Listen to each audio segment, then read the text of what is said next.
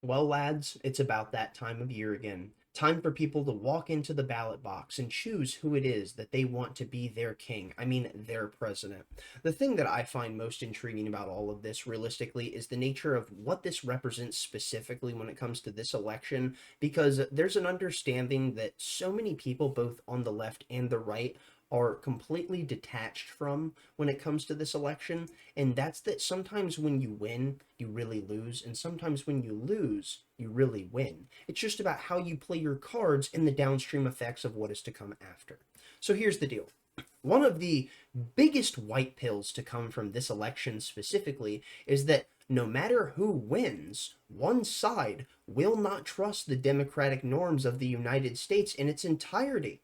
And that is a wonderful thing to hear, because that means people will not trust the establishment nor the government. And a destabilization in trust of the government means that people will not be willing to send their loved ones to be the cannon fodder to die on the front lines in the conflicts that the establishment so consistently propels across the world stage that they would gladly see your loved ones die in to bleed on the flag to make sure the stripes stay red, all in the end so that they could consistently bolster the profits of things like the military industrial complex.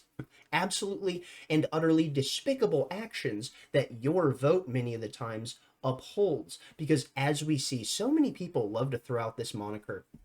Well, you see, it's the biggest and most important election of our entire lifetime. And they trot this out at every election, but honestly, having a complete misunderstanding of how right they are on a certain standard that so many of these people don't care about, and that would be the size and scale and growth of government. Because you see, as government continues to grow and escalate in power throughout many of the times, these different election cycles, because it doesn't matter who gets in, whether it's the Democrats and the liberals, who of course always advocate for more government spending and bigger governments and more government policies, or the Republicans, who claim to care so much about small government and limited government spending, but then do nothing more than acquiesce to the standards of the uniparty elite itself, operating as nothing more than foot soldiers for the military industrial complex to consistently advocate for whatever it is that they desire, or whatever lobbyists. We can see that in the end, actually, every single election is truly the biggest election of our entire lifetime, because we're dealing with people who want to consistently increase the size, scale, and scope of government. And with this means that so many of these people that love to claim that, well, you see, because Donald Trump is now involved, it's the biggest election of our entire lifetime. That's a complete misunderstanding of what we're actually dealing with here. And to actually get a grapple on what we're dealing with here, the fact that if Kamala Harris is to win, the entirety of the MAGA Republican base and a large swath of independents will not trust the government or the media or elections in any way, shape, or form whatsoever. That is a major white pill, and something that will completely shift the standards of the cultural front and how we will be moving into the future. And while it will be tumultuous times, what you have to understand is whenever you're walking through history, it is always tumultuous times. And the thing that I would love to just go ahead and take away here from this would be what? Like I said, sometimes when you win, you really lose. And sometimes when you lose, you really win. But in the end, no matter what, when it comes to the fact of whatever side is to lose this election, they will have a total distrust in the establishment and government itself as a whole because of what it represents in their eyes. And I would argue this bifurcation would be a major factor that many people should look to as an explosively large white pill, solely for the fact that the people we love will not be able to be used as cannon fodder in their regime change wars across the globe as they continue to ferry conflict across the entire world, and in doing so causing nothing more than death and destruction. As you weep over the corpses of those that you love oh so dearly, they will continue to rake in profits and sit there and laugh at your suffering, and then in the end ask you to vote for them once more. And that is exactly why, by all means, it doesn't matter what side we see getting voted for, I myself will not be casting a ballot, because realistically, I don't believe in the standards of democracy whatsoever. I would most certainly rather see Donald Trump get into power, but I don't believe in the standards of what democracy upholds in society because it is nothing more than the tyranny of the majority. And in a society that claims to care so much about the downtrodden minority, which in a democratic system, as we see in the United States and specifically in Western liberal countries, they claim to care so much about the downtrodden and beaten minorities, but in the end, operating solely on the standards of rule of the majority, completely define the ethos of what they claim to care oh so much about. And specifically, just to go ahead and touch on why it is that I myself do not believe in voting for kings, I mean presidents, it would be a simple thing. Something that came to me over time, but in that came to a deep well of understanding that my belief was rooted in something that was even more foundational than my understanding of government. It was something that was founded in my faith.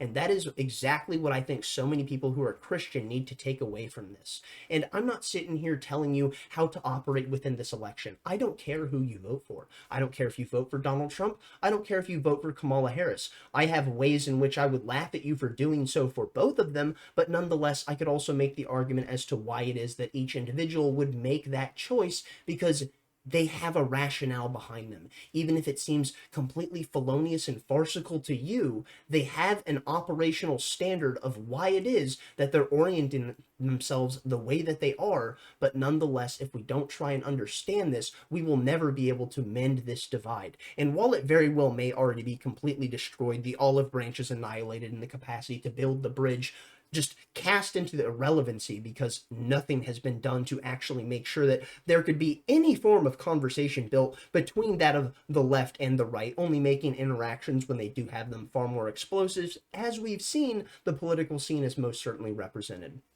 Well, here's the thing.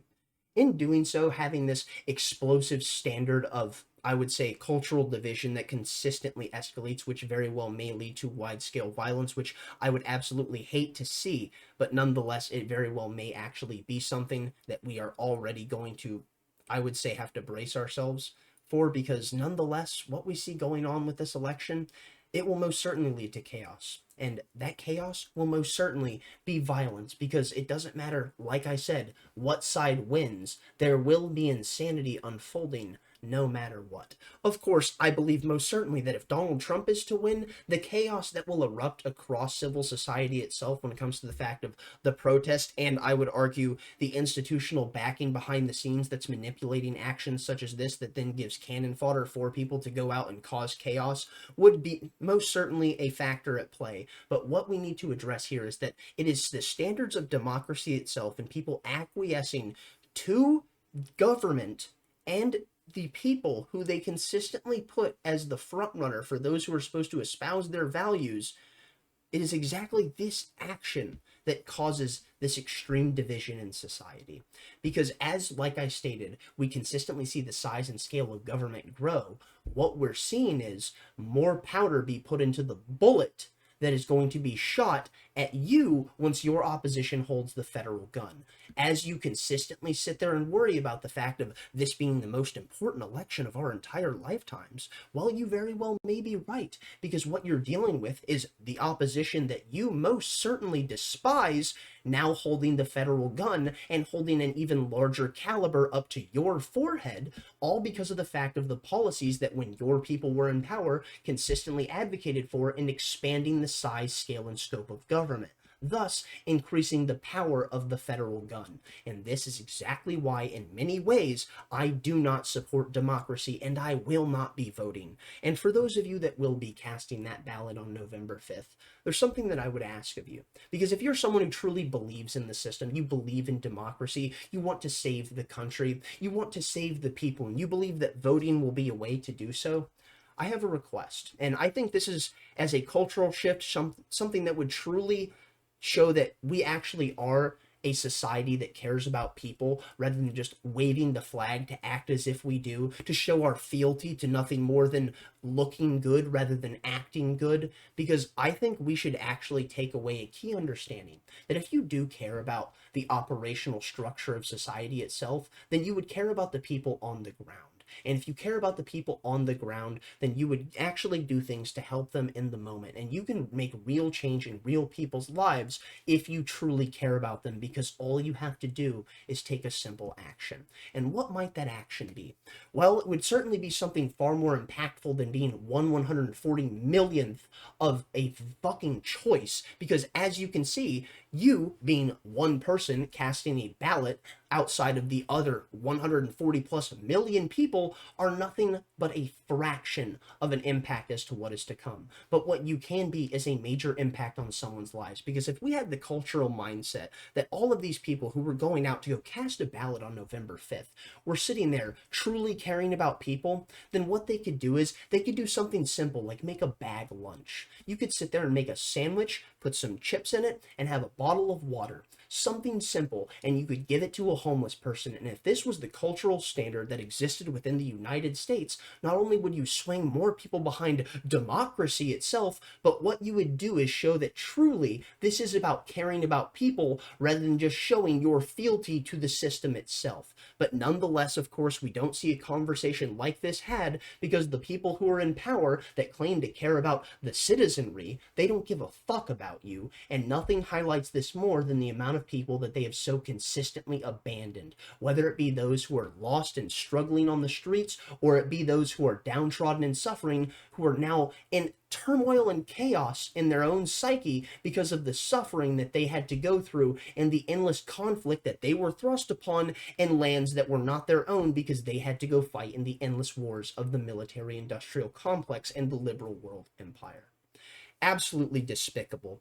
I ended up going on a bit of a rant that is, let's say, not YouTube approved.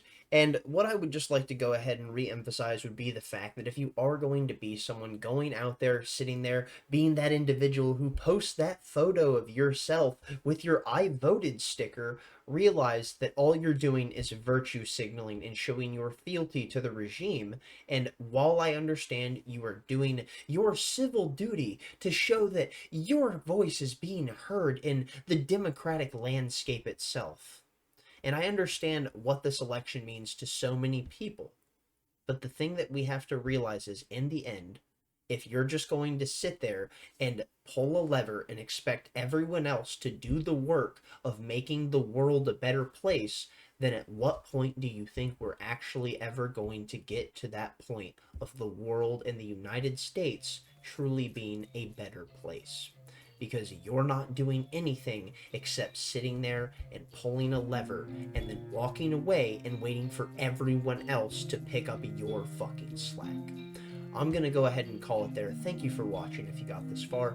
Thumbs up if you liked it, thumbs down if you didn't. Tell me where I'm wrong in the comment section down below. Stay lovely, stay great, tell someone you love them, and never forget that, like I stated, sometimes when you win, you really lose, and sometimes when you lose, you really win.